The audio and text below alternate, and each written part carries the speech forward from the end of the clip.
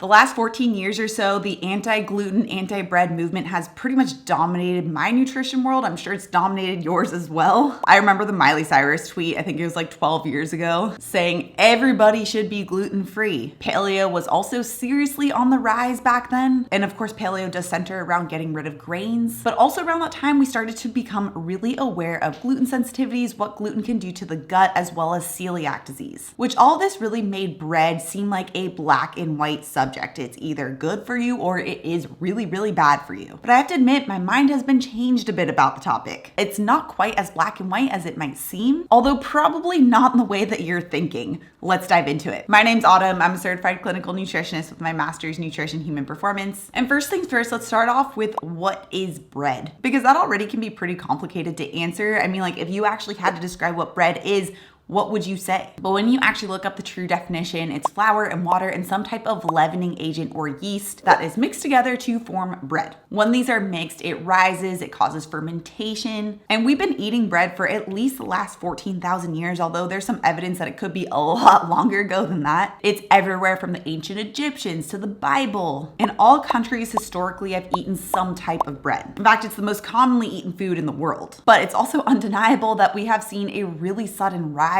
in the last 100 years or so of people strongly reacting to bread or bread products, especially with the rise of celiac disease, which is an autoimmune condition that specifically responds to gluten. So why the sudden change? The fact that we've been eating bread for over 14,000 years and only are starting to react to it in the last 100 years, clearly something has changed and not for the better. So here's what happened to bread. Wheat on its own really isn't good for us. It's high in different anti-nutrients like gluten and phytates. These block absorption of nutrients from our body, which can make the food product really nutrient poor and even steal nutrients from us. And considering one of the main points of eating is to actually get nutritional value from our food, this is really not a good thing. On top of that, gluten and a lot of these anti-nutrients are really big gut irritants, which is why there's issues like leaky gut or other gut health concerns and celiac. But what's interesting is that other animals can eat grains like wheat and are perfectly fine. And that's because animals like birds have something called a crop. The crop allows them to ferment the grains that they eat before they actually break them down and digest it. And during that fermentation, it helps to break down those anti-nutrients, those phytates, the gluten, which then unlocks those nutrients for their body to then absorb. And what's fascinating is that before the 1900s, we used to do something similar to our bread as well. We used to properly ferment and sometimes sprout the grains before we ate them, which would unlock those nutrients and reduce the negative impact of grains. Now, if you've been part of like the big sourdough trend that started around 2020, then you know that this traditional bread making process, aka making sourdough, is quite the process. Just to make the starter or the yeast culture takes about a week, and then from there it takes about 24 to 36 hours to make each loaf of bread, which as the population started to grow with the Industrial Revolution, more mouths to feed, people started to innovate so that they could make the same bread product faster. The big difference is that now we use a fast-acting yeast that we physically add in.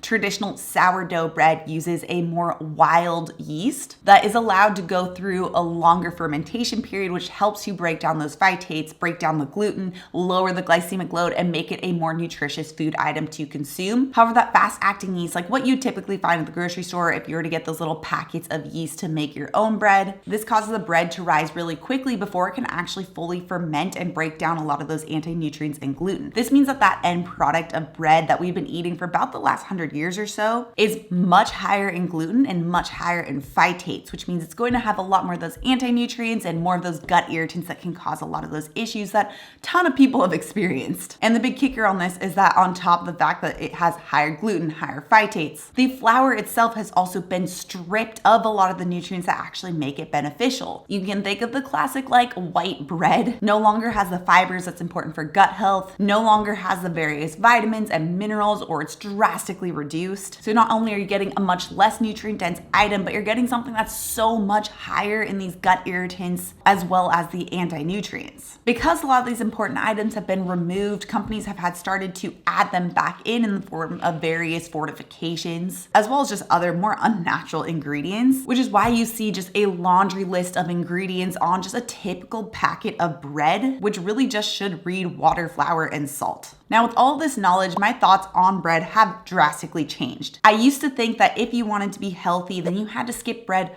full stop. There's just no good in it. It's just going to be really a filler item. And honestly, there is a case for avoiding today's bread. It is so highly processed, so nutrient poor, so high glycemic load, and it doesn't provide any nutrient value, especially because so many people are carbohydrate sensitive or insulin resistant that eating any type of these really starchy, more processed food items is not going to serve their overall wellness goals. It's also going to have the issues of being nutrient poor and gut irritating, all because it does have that higher gluten amount and it doesn't have as much of that fermentation. But, and this is where my mind has changed a bit about bread, if you are not carb sensitive, if you are a bit more active and so therefore your body can use carbohydrates more efficiently, certain types of bread could be back on the table. And in fact, it could be back on the table if it's done the right way. Because bread still is not the most nutrient dense food. You don't want to be making your whole meal centered around bread, but it can be something that's still included in small amounts, the way that you would include other types of starchier carbohydrates. The most important things to look out for is that it is traditionally fermented with sourdough. From what I've seen, the most important things to look out for is, first of all, it is traditionally fermented, aka sourdough. Although don't be fooled by just grocery store sourdough. Pretty much all sourdough products that you'll find at a grocery store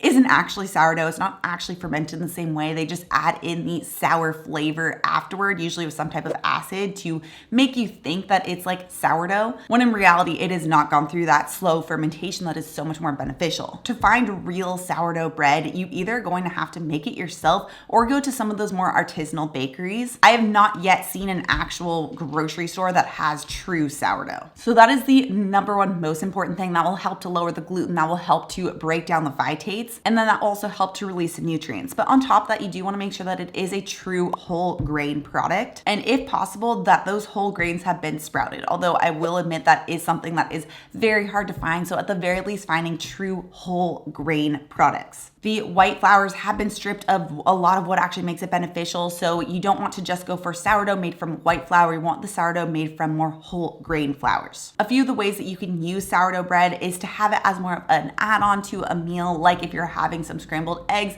and you wanted a slice of sourdough, or if you do want a sandwich experience, you could have a open face sandwich so that the majority of the meal is going to be what's actually on the sandwich and not the bread itself. Or like, let's say you're making meatballs with roasted veggies and you want a little bit of a sourdough bread to go along with that. Those are all ways to use sourdough so it's not the center of the meal. It's not going to dominate the meal and you're still going to get enough protein, fat, and fiber to help support your goals. Now, I personally don't have sourdough on the daily, but I do have it on the occasion, and because of all of this knowledge and because of the type of bread that I'll get when I do have it, I don't feel guilty having it. I don't feel like it's hurting my body, and I feel pretty good when I do have it, especially because I am quite active. I'm strength training, so my body is better able to handle carbohydrates. But if I wasn't as active, then it's not something that I would include because it would be a lot more dense than those starchy carbohydrates and not as nutrient dense as some of the lower glycemic load alternatives. Now, a lot of the reason why my mind was changed was because of this book, Eat Like a Human. So if you want to learn more about like the history of bread as well as some of the other food items that he gets a little bit more into, highly recommend this book. It was great. But if you are carb sensitive and you still want some type of bread, I do have other really great options that you can check out. I'll have it linked with this video right here. Also, if you're new to my channel and you love this science-backed information, make sure you subscribe right here. I come out new videos every Tuesday and Thursday. All right, guys, thanks so much for tuning in, and I'll see you in my next video.